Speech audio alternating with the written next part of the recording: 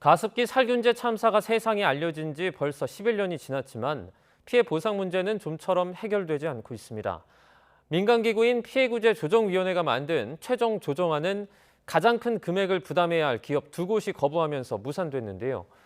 피해자들은 구속력이 없는 조정위원회 활동을 연장하는 건 무의미하다며 국가의 책임을 명시한 특별법 개정을 요구했습니다. 황윤태 기자가 취재했습니다.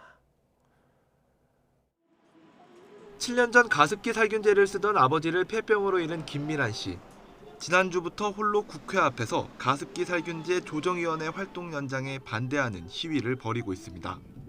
6년 전 같은 자리에서 가습기 살균제 피해를 조사해달라며 진상규명에 매달렸는데 아직도 제대로 된 해결책은 나오지 않았습니다. 사망자분들의 유가족이나 피해자들의 의견은 이게 수용이 안 되는 거예요. 그냥 이해관계자라는 사람들의 대기업들이나 국회 쪽이나 이제 정부 쪽의 분들만 만나서 얘기를 하고. 김 씨가 여전히 1인 시위에 나서는 이유는 지난해 10월 출범한 가습기 살균제 피해구제 조정위원회가 공전하고 있는 탓입니다.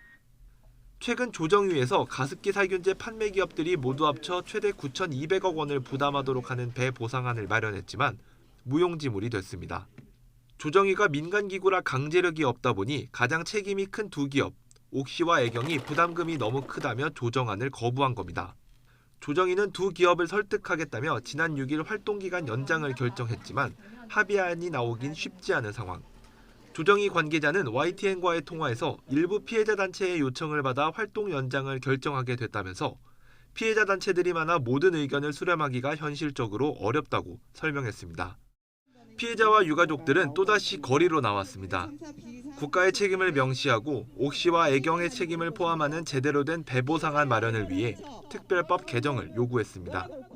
국가의 책임 인정 특별법 재개정에 의한 통합배상을 신속히 해주기를 촉구드립니다.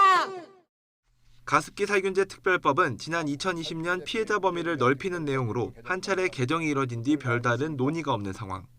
지난 3일 또 한 명의 피해자가 숨지면서 사망자가 1,774명으로 늘어난 가운데 피해자와 유족들은 여러 단체를 하나로 모아 정부와 조정위에 대응할 계획입니다. YTN 황윤태입니다.